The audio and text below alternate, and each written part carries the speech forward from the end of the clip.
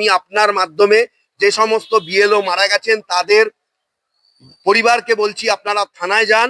থানায় গিয়ে আপনাদের যে যে যে বিধানসভা বা যার জন্য কাজ করতে গিয়ে মারা গেছে, তদুপরি ভারতবর্ষের নির্বাচন কমিশন তার বিরুদ্ধে আপনারা এফআইআর করুন। পুলিশ এফআইআর নিতে না চাইলে আপনারা কম্পিটেন্ট অ্যাডভোকেটের সঙ্গে যোগাযোগ করে আপনারা মামলা করুন। আমি বলছি আপনারা ক্ষতিপূরণ পাবেন এবং কোনোভাবেই নির্বাচন কমিশন নিজের দোষ ঢেকে রেখে শুধুমাত্র তার আইনের বলে, ক্ষমতার বলে বেরিয়ে যাবে, এটা হতে পারে।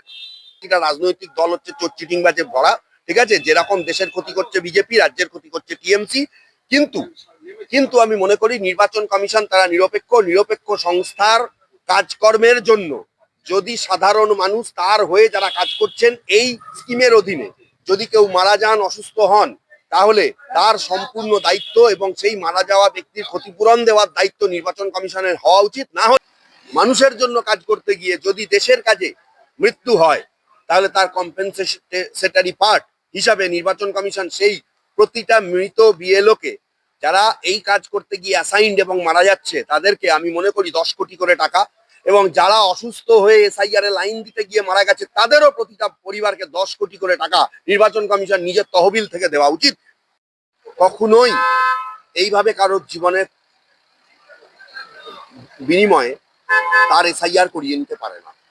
মানুষের জন্য কাজ করতে গিয়ে যদি দেশের কাজে মৃত্যু হয়, তাহলে তার কম্পেনসেটরি পার্ট হিসাবে নির্বাচন কমিশন সেই প্রতিটা মৃত বিএলওকে যারা এই কাজ করতে গিয়ে অ্যাসাইন্ড এবং মারা যাচ্ছে তাদেরকে আমি মনে করি 10 কোটি করে টাকা, এবং যারা অসুস্থ হয়ে এসআইআর এ লাইন দিতে গিয়ে মারা গেছে তাদেরও প্রতিটা পরিবারকে 10 কোটি করে টাকা নির্বাচন কমিশন নিজের তহবিল থেকে দেওয়া উচিত। না হলে অবশ্যই তার পদত্যাগ করা উচিত। শুধু পদত্যাগ নয়, এই যে মারা যাওয়া এগুলো তার বিরুদ্ধে যারা যারা মারা গেছেন, আমি আপনাদের বলছি আইনজীবী হিসাবে আপনারা আপনাদের নিকটবর্তী থানায় নির্বাচন কমিশনারের বিরুদ্ধে অনিচ্ছাকৃত খুনের মামলা দায়ের করুন। আপনাদের রাইট আছে, অথরিটি আছে। আমিও দেখতে চাই নির্বাচন কমিশনের কোন আইন নির্বাচন কমিশনকে তার ডিউটি থাকা অবস্থায় বিএলও মারা যাওয়ার জন্য অথবা সিনিয়র সিটিজেন মারা যাওয়ার জন্য তাকে একদম সেফগার্ড দিয়ে বাঁচিয়ে নিয়ে যেতে পারে। আমি মনে করি তিনি আইনের আওতাধীনে আছেন এবং তিনি এখানে খুনের মতো অন্যায় করেছেন। থেকে বেরিয়ে আসার পর তিনি বলেছেন যে নির্বাচন কমিশন আমার কোনো কথাই শুনছে না, বিজেপির কথায় চলছে। সুতরাং আগামী দিনে বিজেপির কথায় চলা নির্বাচন কমিশন, সীমা খান্না যেহেতু এখানকার দায়িত্বে আছে তাই সীমা খান্নার নাম তিনি নিয়েছেন। আমি তো মনে করি সীমা খান্নার মাথার ওপরও যে আছে ভারতবর্ষের নির্বাচন কমিশনার, কি যেন নাম, ঠিক আছে, তারও নাম উনার নেওয়া উচিত ছিল। যে উনি রাজনীতির কোনো ব্যাপারে আমি নেই, আমি কোনো রাজনীতির সঙ্গে যুক্ত নই। প্রতিটা রাজনৈতিক দল হচ্ছে চোর চিটিংবাজে ভরা, ঠিক আছে? যেরকম দেশের ক্ষতি করছে বিজেপি, রাজ্যের ক্ষতি করছে টিএমসি। কিন্তু কিন্তু আমি মনে করি নির্বাচন কমিশন তারা নিরপেক্ষ সংস্থার কাজকর্মের জন্য যদি সাধারণ মানুষ তার হয়ে যারা কাজ করছেন এই স্কিমের অধীনে যদি কেউ মারা যান, অসুস্থ হন, তাহলে তার সম্পূর্ণ দায়িত্ব এবং সেই মারা যাওয়া ব্যক্তির ক্ষতিপূরণ দেওয়ার দায়িত্ব নির্বাচন কমিশনের হওয়া উচিত। না হলে অবশ্যই তার বিরুদ্ধে মামলা খাওয়ার জন্য তাকে রেডি থাকা উচিত। কিন্তু মমতা বন্দ্যোপাধ্যায় তো এসআইআর এ যারা মৃত হয়েছেন বা যারা আত্মহত্যা করেছেন তাদের পাশে, তাদের পরিবারের পাশে থাকছেন, তাদের হয়ে লড়াই করছেন। আরে সে রাজ্য সরকার থাকছে বলে কেন নির্বাচন কমিশনের বিরুদ্ধে তাদের মামলা করতে বাধা কোথায়? রাজ্য সরকার থাকতেই পারে, তারা এই রাজ্যের নাগরিক।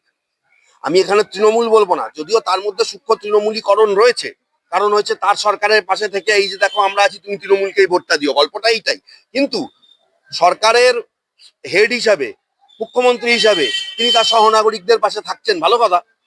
কিন্তু আমি মনে করি যাদের জন্য তারা কাজ করতে গিয়ে মারা গেছে তারও তার পাশে থাকা উচিত এবং অবশ্যই লামসাম অ্যামাউন্ট ক্ষতিপূরণ দেওয়া উচিত। যদি ক্ষতিপূরণ দিতে অস্বীকৃত হন, আমি তো বলছি নির্বাচন কমিশনারের নামে আপনারা যাদের বিএলও মারা গেছেন, শুনুন আমি আপনাকে একটা কথা বলছি, এইসব নাটক করে এইসব মোমবাতি জ্বালিয়ে কিছু হবে না।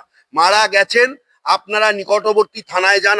আমি আপনার মাধ্যমে যে সমস্ত বিএলও মারা গেছেন তাদের পরিবারকে বলছি, আপনারা থানায় যান।